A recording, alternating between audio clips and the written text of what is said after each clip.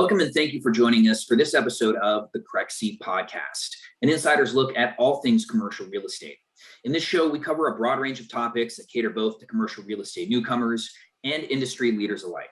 I'm your host, Yannis Papadakis, Business Development Manager at Crexi, a comprehensive digital commercial real estate platform designed to empower commercial real estate professionals with the tools they need to discover and transact property. Now, today we are thrilled to discuss, among many topics, the risks and rewards of launching your own commercial investing firm with Aaron Zucker of Zucker Investment Group. A little bit about Aaron.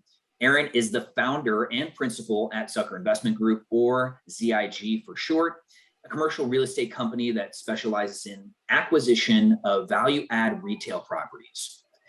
Aaron founded ZIG in 2018 with the goal of parlaying his passion for property investments into a world-class commercial real estate firm dedicated to creating value for communities and partners alike.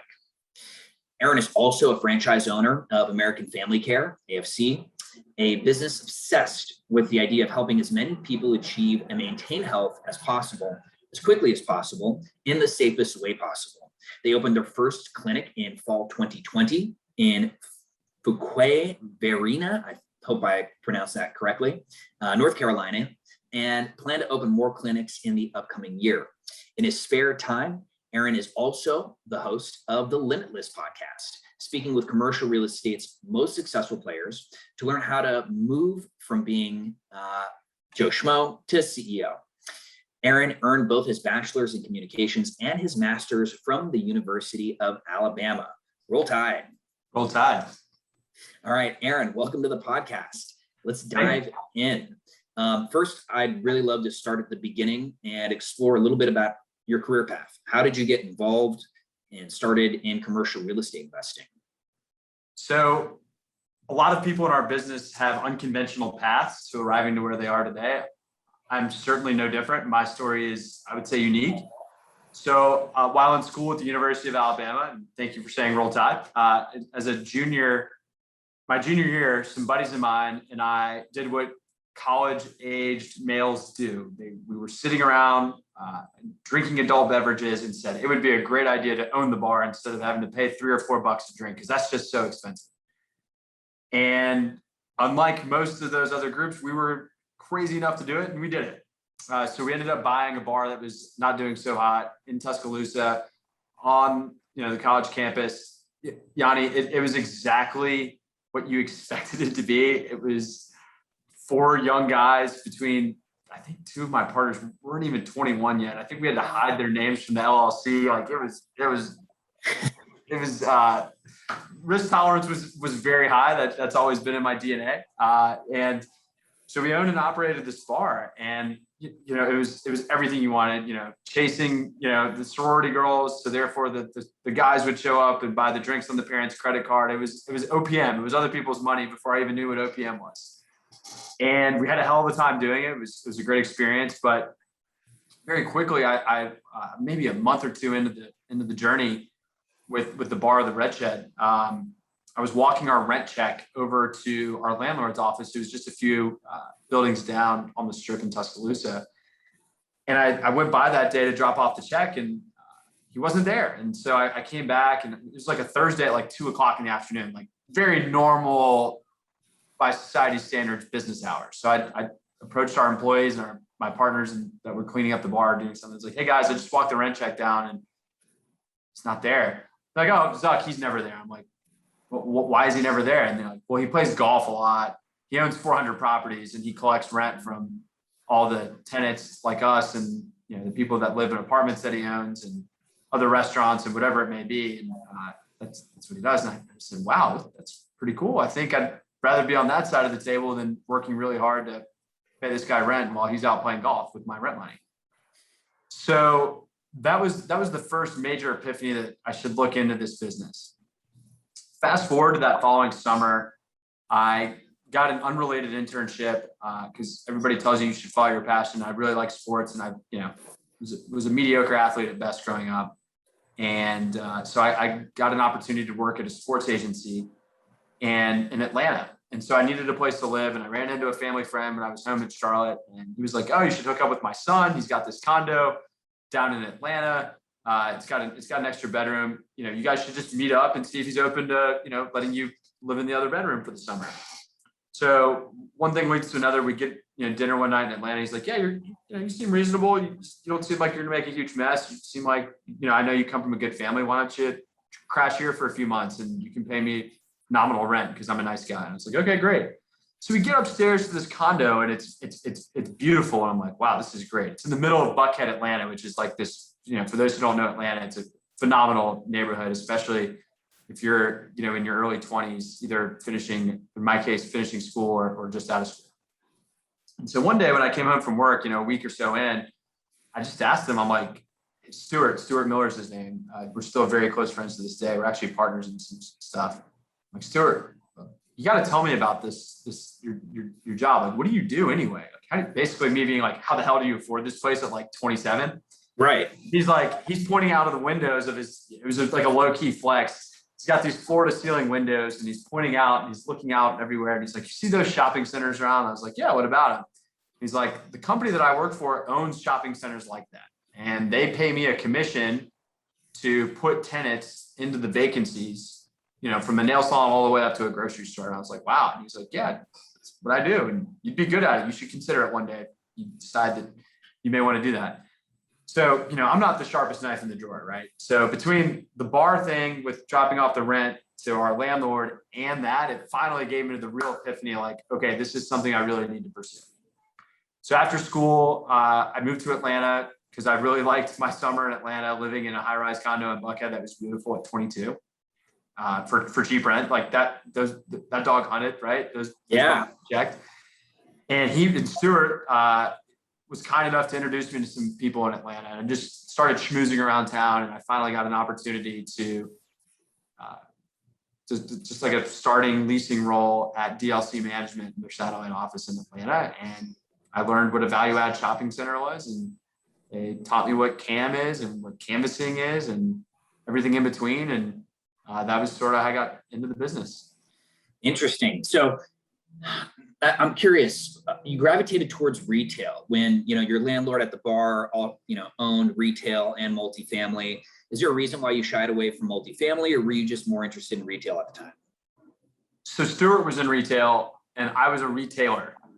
And I thought it would be really cool to drive down the street and be like, you see that nail salon that you're walking into? I did that deal. And so I that was the immediate gratification to retail. I fell in love with it. The truth of the matter too is I learned pretty quickly just by talking and some of the aforementioned networking that I did that I personally love retail because it's sort of like chess compared to checkers.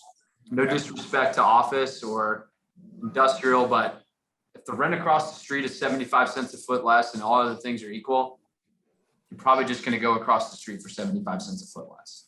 Right. Whereas in retail, where I'm sitting right now, Starbucks would be all over this site because it's on the going to side of work and the access is pretty good in this office complex that I sit in. Whereas they wouldn't consider the other side of the street whatsoever because it's median blocked and it's on the going home side. And I like that. I like that it's an art and a science. And I love that the relationships are really to scale. If the Burger King rep in Minnesota and in Illinois, it's somebody that you can connect with and do multiple deals with. Whereas, if you were owning multifamily, your tenants are basically one-time, tenants that you're not going to do a bunch of deals with. So I like the relationship aspect. I like the touch and feel of being out there in the community and understanding the different patterns that retailers tend to look for. And that's why I've gravitated toward it. There's other reasons too, like the lease structures are great. I mean, who doesn't love a good triple net lease? So I'm obsessed with it. I love it. I couldn't imagine focusing on a different asset class. Now, I mean, obviously, this past year has, come with a lot of curveballs. I think especially in the retail side of things. How would you say you needed to adapt or change how you're looking at things because of COVID, or has it played a role in, how you evaluate or look at deals today? Sure. So a couple of comments on that. some of which I think answer your question and some of which I don't think they do, but they're worth notating as it relates to COVID. So yeah. I'll start with my first knee-jerk reaction, which was when I started Zig in 2018, I was very adamant about having geographic diversification, meaning being in as many different markets as possible. That stemmed from my time at Peb Enterprises, which was my last employer before going out on my own. They had that philosophy and it worked very well for them. And I enjoyed and understood and resonated very well with me, that platform. And I wanted to apply that with what we were going to do at Zig. Right. And the pandemic, I was very bullish on that because I was, again, I'm hyper-focused on retail. We're hyper-focused on retail, I should say. And if you had only retail assets within in New York City alone or San Francisco alone last year, you felt it. And so we're limiting ourselves from a diversification standpoint by virtue of being only in retail. And so I felt like it was important, even back in 2018, to be in as many different markets as possible. The pandemic more than reassured that thesis for me. We're in 10 states with only 4, we've purchased 14 properties and we're in 10 states. And I'm so thankful that we weren't exclusively concentrated in a market that was shut down very aggressively. We're fortunate to own properties in states like Florida and Alabama and Ohio and Texas, where I'm not saying COVID didn't affect them, but not nearly to the extent, at least from a legal standpoint, and what could be open and what couldn't, and what i.e. gave tenants the ability to pay rent. Right. Compared to markets like New York and California. Yeah. Now, I'm curious a little bit, just moving on to Zig, your firm, what actually inspired you to start that company as opposed to kind of, still getting your hands dirty, with somebody else's company? Sure. Always knew I wanted to do it. There's a few factors going into that. So my dad is one of 5. He's the only non-entrepreneur out of his siblings. So he's the middle of 5 kids. His father was an entrepreneur. And I think it's important that I take a minute. My grandparents were Holocaust survivors. They survived Auschwitz and they are my why. And so the way I look at life in general, and not just Zig, which Zig and my life are they're very synergistic, they're very synonymous, but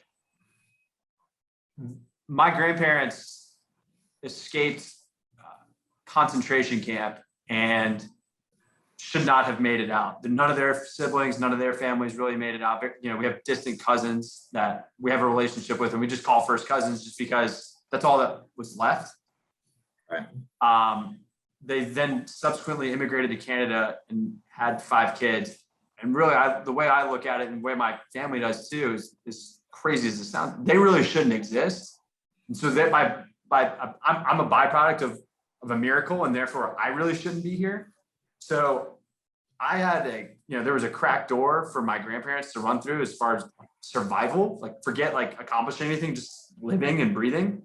Right. And so they didn't go through all that and fight for their lives to survive, to have their ancestors behind them have average lives. And so I just feel like that the risk of going out on my own was certainly real, but it didn't even compare to what it would have been like if I didn't go out on my own and try this, because I would always be wondering, what if, why have I not fulfilled what I believe is I was meant to do, which is build something. Some people are meant to run and lead big organizations, and some people are meant to do other things and just work as a way of means of getting there. And some people are meant to build businesses, and it's in my blood, and it's something that I don't take lightly and that I shouldn't be here. And so I'm going to run through that crack door as hard as I can. And I may go up in flames trying, and who knows if this thing's going to work or not over the next 50 years or so, but I'm going to try like hell doing it. And I apologize for, going off direction. No, I actually really enjoyed kind of hearing a little bit of the backstory of kind of what motivates you and what really, fills you with the drive to move forward and build this thing that you're building. I think it's tremendous.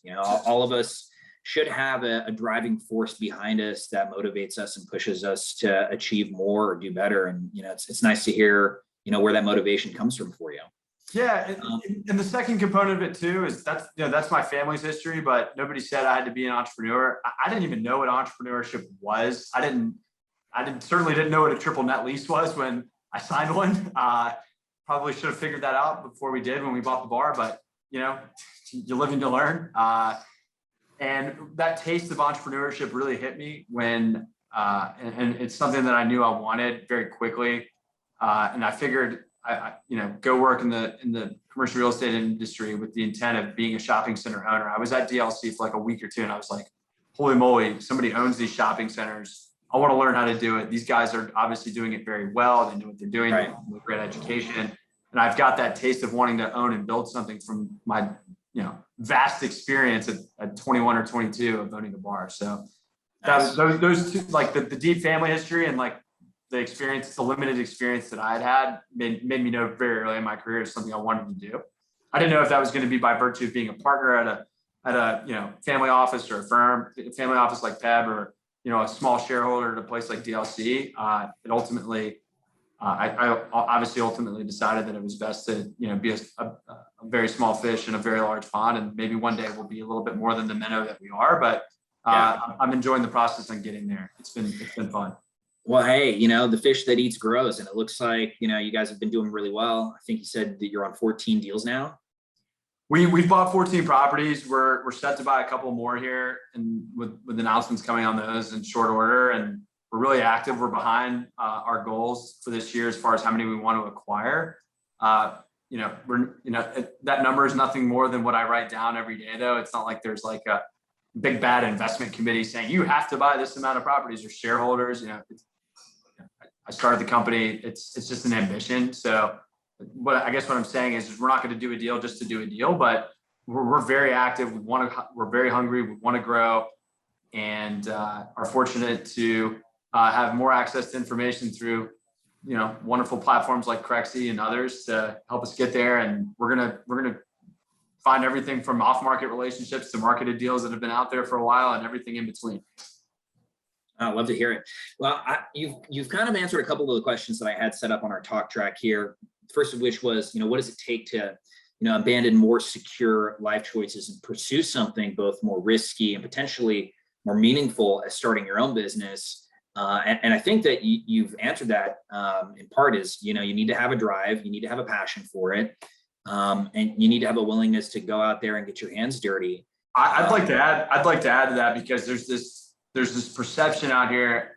Like like I said before, when we bought the bar, I was an entrepreneur before I knew what an entrepreneur was. I still can't spell entrepreneurship, by the way. But I think it's important that it's so glorified in today's in today's environment, especially on social media. And I think it's important that, like, it's an emotional roller coaster, often ending in massive train wrecks on a not only daily but like hourly basis. And I just think it's important that the whole truth gets out there, and that it can be great. It is nice that if I don't feel like working today, I don't work. That hasn't happened, but if I wanted to, nobody's going to call me up and be like, "Where are you?" The second, it's just so like, we saved up enough money to live for 3 years. And basically my thought process is I'm not going to make a nickel for 3 years. So I better have enough going into that.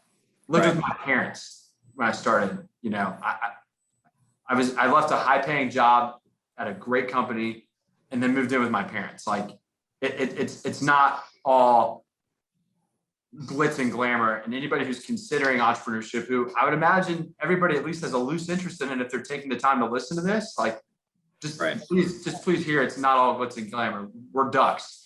It's craziness underwater, and then it's smooth on top. And I just think it's important that people know that there's craziness going on under the water. So I appreciate you revisiting that topic before moving on from it. Thank you. No, and I love that analogy. We're ducks. Things look smooth on top, and it's just a lot of churning going on underneath. That's very accurate and descriptive. Switching gears, we've talked a little bit about the kinds of properties that you focus on, retail, diversifying geographically, value add. Do you have a story you can share about one of your favorite investment experiences or favorite deals? Yeah, I can. I talk to brokers a lot. We meaning the team here at Zig, Dan, Jake, myself, talk to brokers a lot. We are all about brokers making commissions, and we preach the same things over and over. We're pitching the same thing all day, every day. We want, below market rents. We want above market cap rates. We want vacancy upside. And we want short-term leases. And we bought a deal, and I still cringe saying it. We bought a deal at a 4.2 cap. It was a Chipotle outside of Orlando. And there was 5 years left on the lease. So now look, there's a reason why we did it. It wasn't just because we were in a 1031 exchange and we wanted the safest bet possible. We did it because we believed tremendously in the fundamentals of the real estate. We believed obviously in the operator. It doesn't get much better than Chipotle. And the biggest component of that is the rent was substantially below market. And so we worked on a creative deal with Chipotle that allowed them to lock in the real estate long-term, which was of extreme importance to them because it's such a successful store and it's in such a high barrier to entry market. And in exchange, it was crazy lease restructure. We did it. And we were going into it with the thought process that we would own that property for quite some time. Then we received an unsolicited offer off market at our improved net operating income at a 3.8 cap. So it was really against my religion to buy a 4.2, but then selling it at a higher rent for a 3.8. And I say all that, it happened in 7 months as opposed to we were expecting to own it for at least 5 years. Right. And here's the crazy, and so as crazy as that story was, the buyer was the Zucker organization. Zero relation to me whatsoever. No relation. The guy who's the head of the Zucker organization is a gentleman by the name of Donald Zucker. I didn't even speak to him, but he apparently is one of the largest landlords of multifamily in New York City. There's a few multifamily units in New York City. So to be one of the largest owners up there. Yeah, I've heard. Quite the accomplishment. So just you've got all these, crazy, totally against our investment strategy as far as the cap rate is concerned. But again, if there's a big enough delta in market rent versus what is being received, if it's a single tenant net lease deal or multi-tenant, we buy those as well. Then we'll go along for that ride and just sort of figure it out. In this situation, we got really lucky and figured it out and sold it to a guy with the same last name as me who has a couple more zeros on his net worth than I do, but maybe one day we'll catch him. Hey, here's to exceeding him. Yeah. Now, what would you say are some of the most important lessons that you learned so far from running your own investment firm? So time allocation is mission critical. You have to learn how to say no. I'm very rarely doing administrative tasks during business hours. Those have been typically punted to evenings and weekends. The other thing, I thought I knew nothing about, well, let me rephrase. I did know nothing about finance, debt, and how the money really moves and how critical lenders can be in our business and how they can make and break deals. I mean, if you run a quick back of the napkin model, which we do a ton of around here, and change amortization schedules, or people are so focused on the interest rate, which is an important factor, but people aren't thinking about if you take down your equity injection from 30% down to 25%, or if you ramp up your amortization period from 20 to 25%, you can have the same property producing the same rent, and your cash on cash returns can go up 300, 400, 500 basis points just by finagling the way you do debt. I didn't know that going out on my own, which sounds ridiculous because you would think that somebody who's running an investment firm would do that.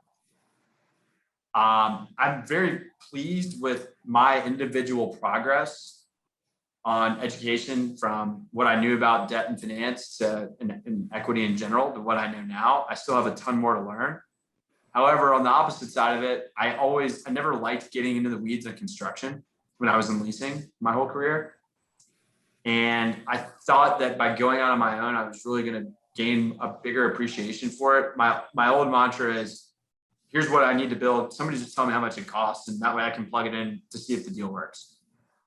I haven't really changed, and I wish I have. I really genuinely wish that I had wanted to create a bigger commitment to learning construction, just as an example. The truth of the matter is I don't love it. I love what it looks like at the end. And I'm like a basic consumer. I might as well not even be in real estate when it comes to construction, which is a terrible thing to admit. It's a very public platform with a big following like you have, but that's the truth. So I say all that I think that, and I've read it a lot. I like to read. I read a decent amount, and I'm very comfortable with, and it's great. I think people should really focus in on what they're good at and know enough to be dangerous at what they don't necessarily do well or do all the time, but delegate whenever possible. Whether that's third-party vendors, we outsource our legal and a lot of our accounting here because I'm not a lawyer and I don't want to break down P&Ls all day.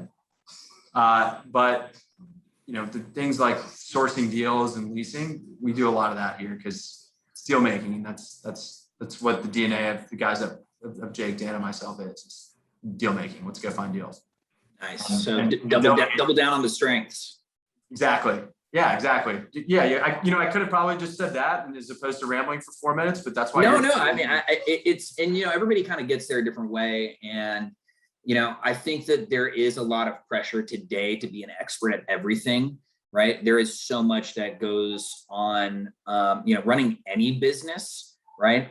There's, filling in the funnel, building your pipeline, marketing, networking, all kinds of administrative stuff. I think really, as you say, focusing on the things that you do best and delegating the rest is so crucial, regardless of what your business is, right? Do what is, special to you, do what your, hook is, and, let somebody else that's more, better equipped, has the time for it, focus on those things that aren't actively, bringing money in through the door. Yep. Yeah. Well said. Now, outside of being a business owner, you're also a podcast host. And, for our listeners, can you explain the concept of the show and why you started it? Yeah. First of all, thank you. It's the second best podcast out in the cloud world space behind this one, of course. You say it's outside of being a business owner. I personally think it's part of being a business owner.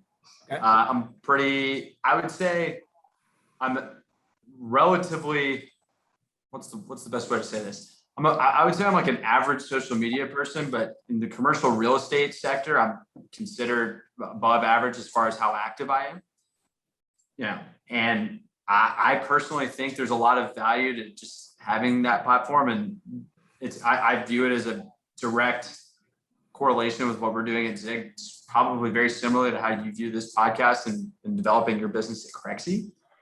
The show is called Limitless: How to Crush It in Commercial Real Estate.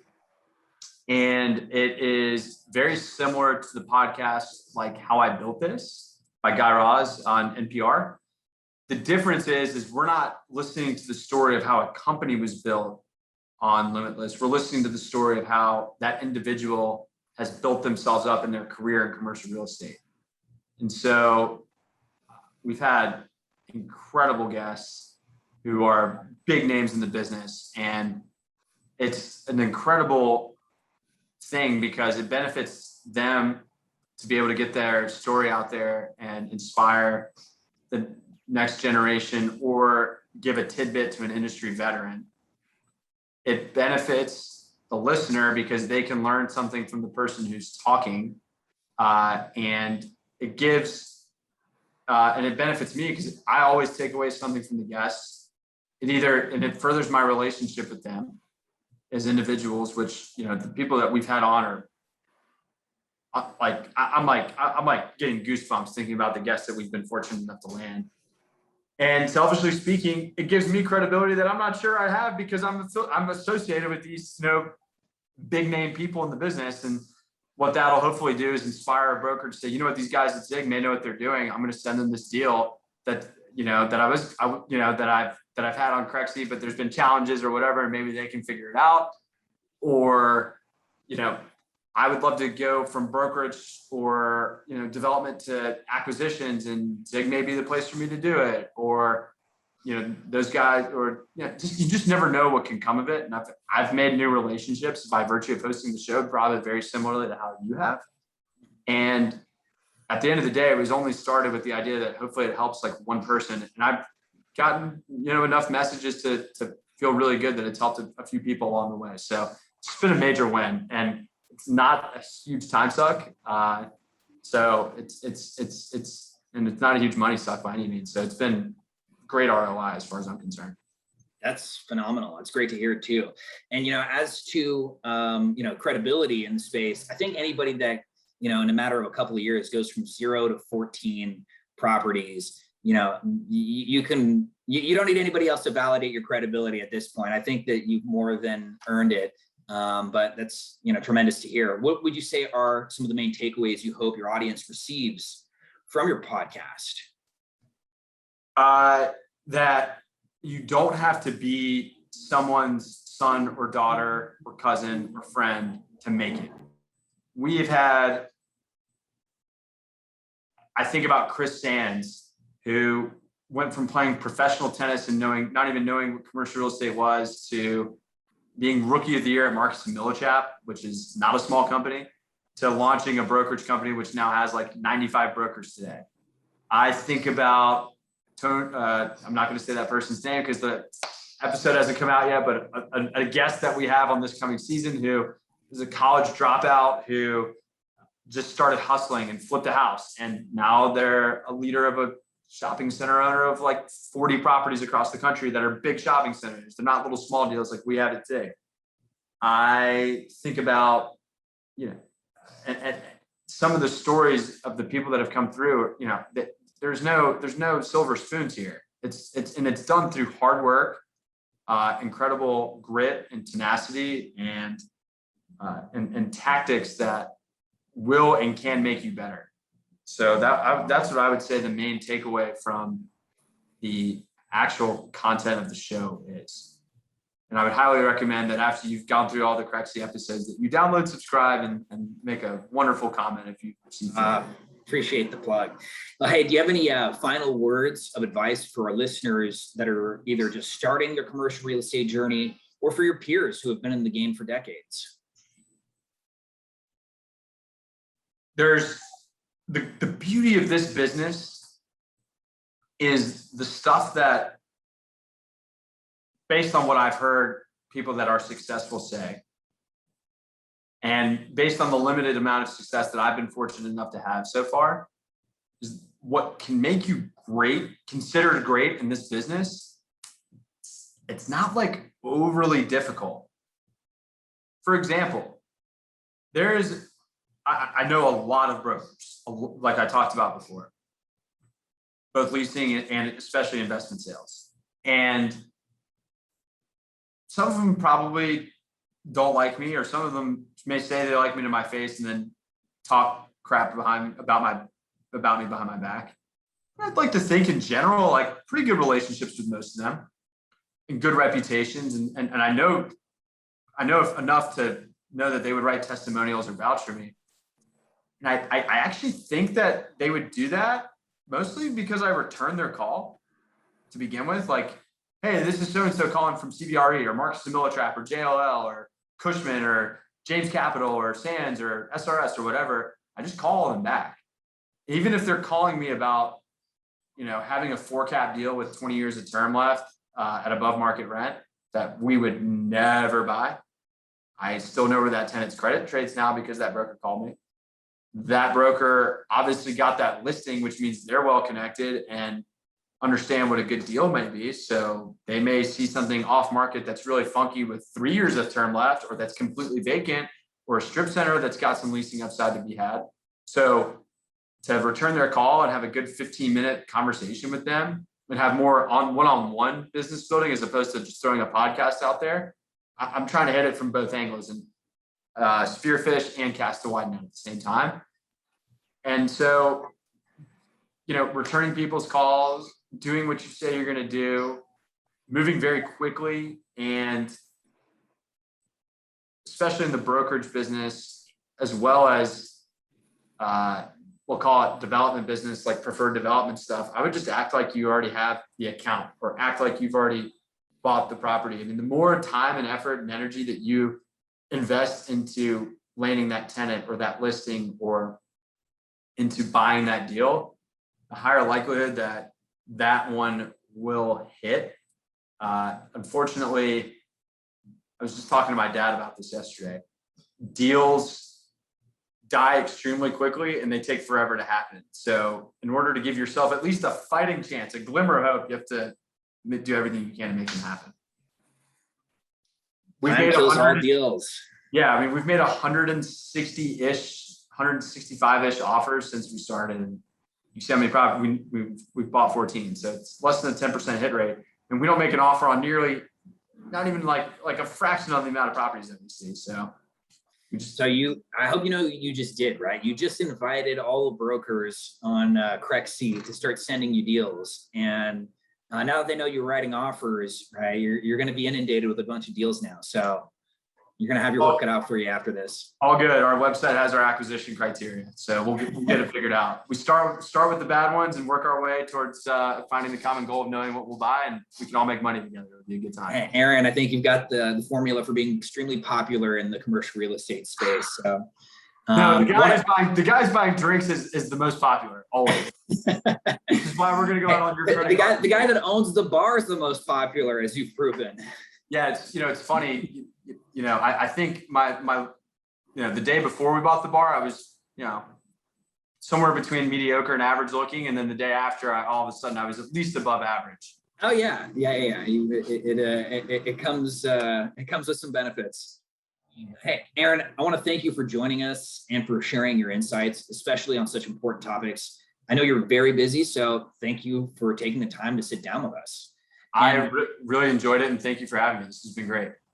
And where can people find you online if they want to get in touch? Drive Sure. me your email, your social, where they can find the podcast. Hit me with Sure.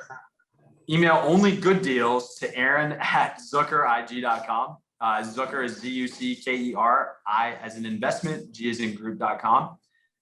I'm on LinkedIn. I'm the guy who looks about 16 in his LinkedIn profile picture. That's me, Aaron Zucker. And I'm on Instagram as well, Aaron.Zucker, and would love to connect with any and everybody who wants to, talk commercial real estate or AFC franchising or life in general. I'm around. Aaron, thank you so much. And thanks to everyone who tuned in today. If you enjoyed this episode, do not miss the next one. Go to go.crexi.com/podcast and sign up to get the next episode delivered straight to your inbox. Of course, you can also subscribe to the Crexi Podcast on your favorite podcast app and check out our YouTube channel for video recordings of each episode. Take care and be sure to tune in next time.